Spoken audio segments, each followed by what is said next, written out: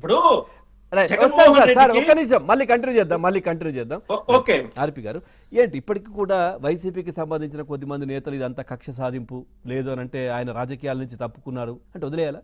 ఇప్పుడు కక్ష సాధింపు అంటే 4 గోళ్ల మధ్యలో ఒక దిట్టుంటే అది ఎవరో తెలియదు, చెవులో దిట్టుంటే ఎవరు తెలియదు, వాట్సాప్ కాల్లో దిట్టుంటే ఎవరు తెలియదు, వాళ్ళు తిట్టుకుంటే ఎవరు తెలియదు. బహిరంగంగా అన్ని ప్రెస్సుల్లో, ప్రెస్ క్లబ్లో కావచ్చు, అన్ని పెద్ద ప్రెస్ మీట్లు పెట్టి అన్ని చోట్ల వైరల్ అయినాయి అవి. అంటే ఒకప్పుడు సాక్ష్యాధారాలంటే 10 మంది విని చెప్పాలి. ఈరోజు ఎక్కడ ప్రెస్ మీట్ పెట్టినా అది వెంటనే కట్ చేసి కూడా వైరల్ అయిపోతున్నాయి. పోసాని కృష్ణమురళి ఏదైతే తిట్టాడో ఆ మాటలన్నీ కూడా ఇప్పుడు కూడా అన్ని ఛానల్స్లో ఉన్నాయి. అవి డూపు కాదు కదా. సో అవి అందరికీ తెలిసిందే కదా, అన్ని వైరల్ అయినాయి, ట్రెండ్ అయినాయి. సో వాటికి సంబంధించినటువంటి వీడియోలు అందరూ ఇప్పటికీ చూస్తున్నా కూడా అవి మంచి మాటలు, అవి మంచి శ్లోకాలు, అవి మంచి పూజ అనుకుంటే ఎలా అవుతుంది సార్? ఇంకోటి ఇక్కడ ఆలోచించాల్సింది రామకృష్ణ సార్, మీరు టెంపర్ సినిమా చూసారా? చాలా మంచి సినిమా, చివరికి అద్భుతమైన క్లైమాక్స్ ఉంటుంది. ఇక్కడ మీరు ఇందాక సెల్యూట్ కొట్టాలని జగన్మోహన్ రెడ్డి అన్నాడు. అందులో జూనియర్ ఎన్టీఆర్ గారు కూడా ఫస్ట్ హాఫ్ అంతా కూడా మొత్తం నాకు సెల్యూట్ కొట్టు మొత్తే అంటుంటాడు. నేను కొట్టాను సార్, మీరు అవినీతి చేశారు సార్, మీరు అవినీతి చేశారు సార్, మీరు మంచి వాళ్ళు కాదు సార్, మీరు దొంగ సార్ అంటుంటాడు. అంటే డబ్బులు ఎత్తేస్తున్నాడు, రౌడీలు వదిలేస్తున్నాడు, దొంగలు వదిలేస్తున్నాడు, గాంధీ జయంతి రోజు అమ్మాయిని రేపు చేసిన వాళ్ళు వదిలేస్తాడు. అందుకని చెప్పి పోసాని కృష్ణమురళి నేను సెల్యూట్ కొట్టాను సార్, అంత వీలైతే నరికేసుకుంటాను సార్ అంటాడు.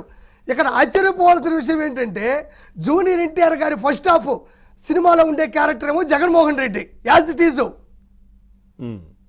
సెల్యూట్ కొట్టబోతా, నన్ను పొగడబోతా అంటుంటాడు.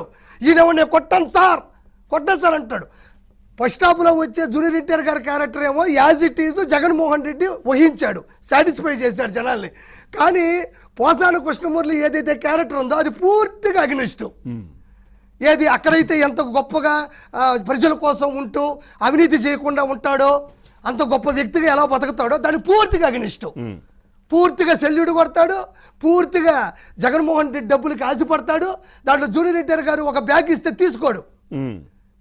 తీసుకోడు, డబ్బులకి నేను వెళ్ళనంటాడు. అందులో పూర్తిగా ఇందు వ్యతిరేకం. అక్కడ ఏవైతే చెప్తే తీసుకోడు, ఇవన్నీ తీసుకున్నాడు.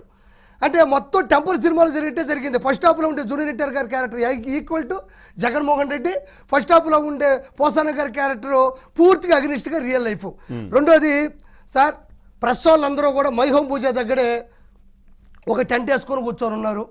ఎందుకంటే వల్లభనేని వంశీ మైహోం పూజలో దొరికాడు. రెండోది పోసాని కృష్ణమురళి మైహోం పూజలో దొరికాడు. ఎందుకంటే మన హైదరాబాద్లో అతి పెద్ద గేటెడ్ కమ్యూనిటీ ఏదైనా ఉంది అంటే అది మైహోం పూజ. అదనపు హంగులతో ఉంటుంది, ఆర్కిటెక్చర్ బాగుంటుంది, రానున్న రోజులకు కూడా బాగా అప్డేట్ వర్షన్ అది. సో 2024లో ఏం జరుగుతుందో తెలియక అందరూ మైహోం పూజలు డజన్లు కొనుక్కున్నారు. నెక్స్ట్ రోజా కూడా మైహోం పూజలో దొరుకుతుంది, అంబటి రాంబాబు మైహోం పూజలో దొరుకుతాడు. ఎందుకంటే 100% ప్రతి ఒక్కరికి మైహోం పూజలో ప్లాట్లు ఉన్నాయి. ఇది వాస్తవం, ఇది నిజం.